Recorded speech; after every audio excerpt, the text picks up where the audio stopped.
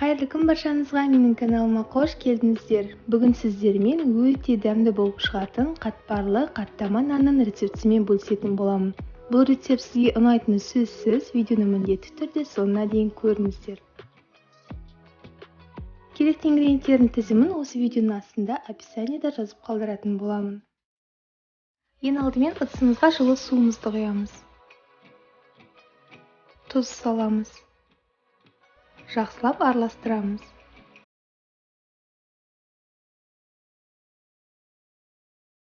Ұнымызды аз-аздан сала отырып, қолға жауыспайтын жұмсақ қамыр елеп аламыз.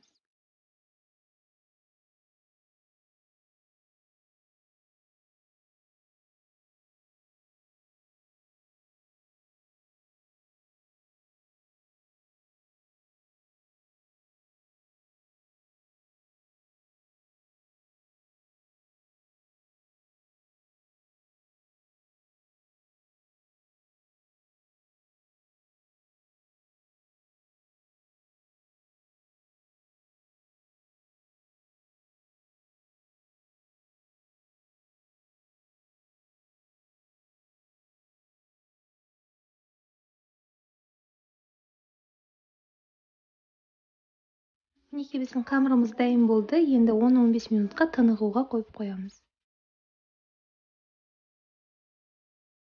Қамырымызды бірдей 9 бөлікке бөліп, ұн сеуіп жайып алатын боламыз, жұп-жұқа қылып.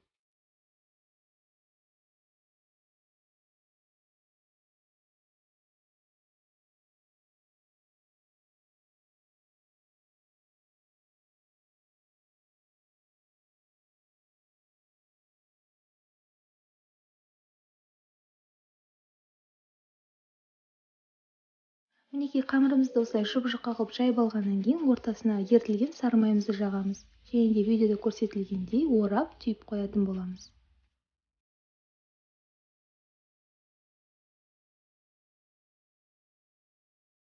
Дәл осылай барлық қамырларымызды түйіп шыққаннан кейін тынығуға 10-15 минутқа қойып қоямыз. Түйіп дайындап алған қамырымызды оқтаудың көмегімен жайып шығатын боламыз. Ұн ештеңе сеппейміз, өзі оңай жайылатын болады.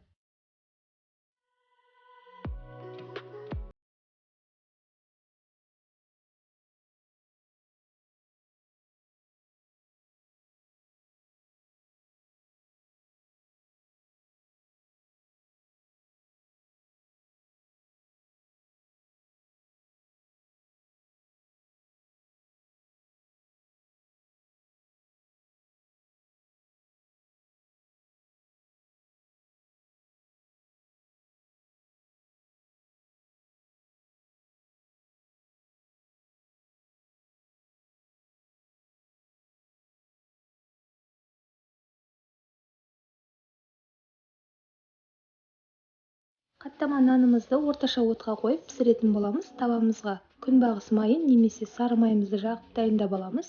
Және де видеода көрсетілгендей салып пісіретін боламыз. Қамырымыздың екінші бетіне де сары майымызды жақсаңыздар болады. Және де қызара бастаған кезде екінші бетіне ауыстырамыз. Қаттама нанымызды асықпай баппен пісірсеңіз, өте дәмді болып шығады, қатпарлы болып. Қалған қамырларымызды дәл солай пісіріп алатын боламыз, екі жағына аударып, май жағып отырып.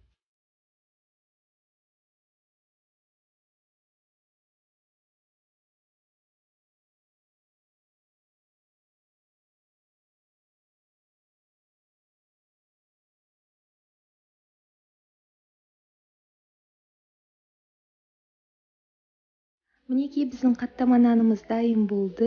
Өте дәмді болып шықты, қатпарлы болып, жұмсақ болып. Сіздер де міндетті түрде дайындап көріңіздер, ас болсын.